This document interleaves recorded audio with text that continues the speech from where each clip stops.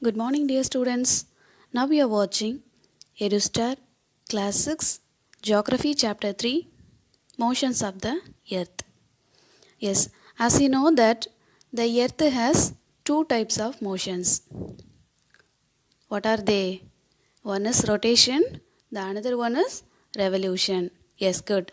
Already in the 5th standard, you get a knowledge about it. Right? Yes. And what is rotation and what is revolution? Let me see. See the first one, rotation. So rotation is the movement of the earth on its axis. So for that in your book, page number 18, they gave one activity. So properly read that activity and try it in your home. Right, it is a very easy activity. The next one, revolution. So the movement of the earth around the sun in a fixed path or orbit is called revolution. What is rotation? Rotation is the movement of the earth on its axis. So revolution means the movement of the earth around the sun in a fixed path or orbit is called a revolution. Right?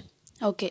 Next see, the axis of the earth, which is an imaginary line, makes an angle of 66.5 degree with its orbital plan.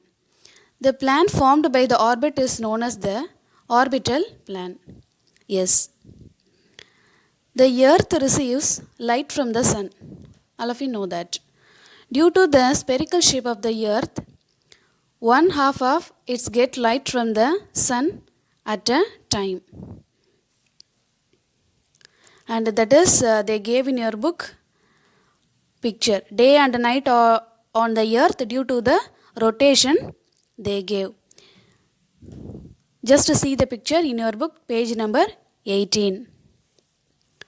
So, the portion facing the sun experience day while the other halfway from the sun experience night. So, the circle that divides the day from the night on the globe is called the circle of illumination.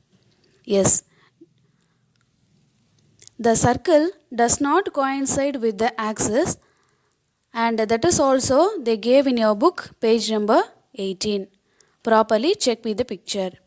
And the earth takes about 24 hours to complete one rotation around its axis. The period of rotation is known as the earth day. This is the daily motion of the earth. And did you see the picture? The circle that divides the day from the night on the globe is called circle of illumination. Just clear about it. Yes. So, the period of rotation is known as the earth day, and this is the daily motion of the earth. Next see, have you imagined that what would happen if the earth did not rotate? The portion of the earth facing the sun would always experience the day, right? And other half remains the darkness and to be freezing cold at all the time. Right, so life would not have been possible in such extreme conditions. And next see the revolution. So the second motion of the earth around the sun in an orbit is called revolution, and it takes 365 and quarter days to revolve around the sun. That is 1 year. So we considered a year as consisting of 365 days only and ignore that 6 hours for the sake of convenience. Right? Yes. And 6 hours saved every year are ordered to make 1 day. That is 24 hours over a span of 4 years. So for a year 6 hours, for 4 years totally 6 into 4, 24 hours. And this surplus day is added to the month of February. Thus, every 4th year, February of 29 days instead of 28 days. Such a year with 360 days is called a leap year. Yes, and it is clear that the earth is going around the sun in an elliptical orbit. and that throughout its orbit, the Earth is inclined in the same direction. As year is usually divided into summer, winter, spring, and autumn seasons. Seasons change due to the change in the position of the Earth around the Sun. Now clear about it, da? Yes. What is rotation? Rotation causes day and night. It is the movement of the Earth on its axis. And what is revolution? So it is the movement of the Earth around the Sun in a fixed path. And it causes the seasons. So seasons change due to the change in the position of the Earth around the Sun. Yes. And next see, 21st June, the northern hemisphere is towards the Sun, and the rays of the Sun fall directly on the Tropic of Cancer. As the result, these areas receive more heat. The areas near the poles receive less heat as the rays of the Sun are slanting. So the North Pole is inclined towards the Sun, and the places beyond the Arctic Circle experiences continuous daylight about 6 months. Right, and the longest day and the shortest night at these places occur on 21st June. At this time, in the southern hemisphere, all these conditions are reversed. Yes, it is winter season there. So, the nights are longer than the days. So, this position of the earth is called the summer solstice. Clear? Yes. And next see, on 22nd December, the Tropic of Capricorn receive direct rays of the sun as the south pole towards it. As the sun rays fall vertically at the Tropic of Capricorn, that is 23.5 degrees south, it is a larger portion of the southern hemisphere gets light. Right, therefore, it is the summer in the southern hemisphere with the longer days and shorter nights. So, the reverse happens in the northern hemisphere. Yes, and this position of the earth is called winter solstice. And do you know that Christmas is celebrated in Australia in the summer season? Why? Just think about it. So therefore, it is the summer in the southern hemisphere with the longer days and shorter nights. The reverse happens in the northern hemisphere, and this portion of the earth is called the winter solstice. And I already asked one question, just to think about it, right? And the next see, on 21st March and September 23rd. So direct rays of the sun fall on the equator. At this position, neither of the poles is tilted towards the sun.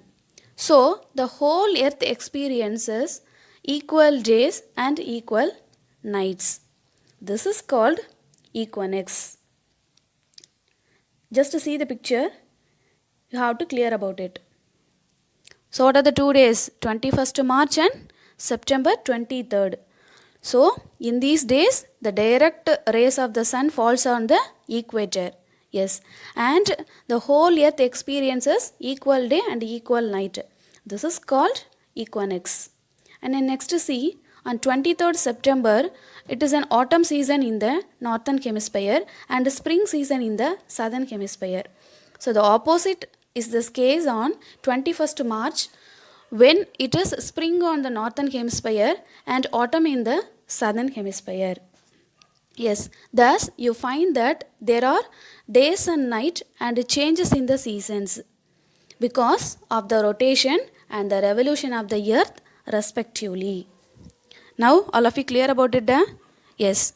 So in this chapter we discuss about what is rotation, revolution, circle of illumination and leap year, and about summer solstice, winter solstice and equinox. Dear students, now it is a time to write your classwork note. Yes, all of you take your geography classwork note. In that, already we are completed 2 chapters. Now, you are going to write the 3rd chapter. So, take one fresh page. In that, properly write today's date and day. Then leave that red line and write the heading Chapter 3 Motions of the Earth. So after writing the heading, all of you take your geography book, page number 21. In that, see the tick the correct answer. So properly write the heading and leave one line and write all the 4 questions. Already know that use 2 types of pen, right? So write a question with blue and answer with black. So after writing these 4 questions, leave one line and write the second Roman letter filling the blanks. In the filling the blanks, totally 5 questions are there. That is also in page number 21. So properly note down the answers and neatly, clearly write in your classwork note. So after writing tick the correct answer and filling the blanks, next see the third Roman letter, that is answer the following questions. Just to see the answer the following questions, totally you have 7 questions are there. So in that you need to write only 5 questions, that is A to E. That is also in page number 21. So properly read the question, and aside I gave the answer of the first question, then the remaining questions I gave the page number. So properly find the answer and neatly write in your classwork note. Yes, after writing your classwork, as usual, you have to take a clear photo and you have to send it back to the mail ID edustar.6@gmail.com.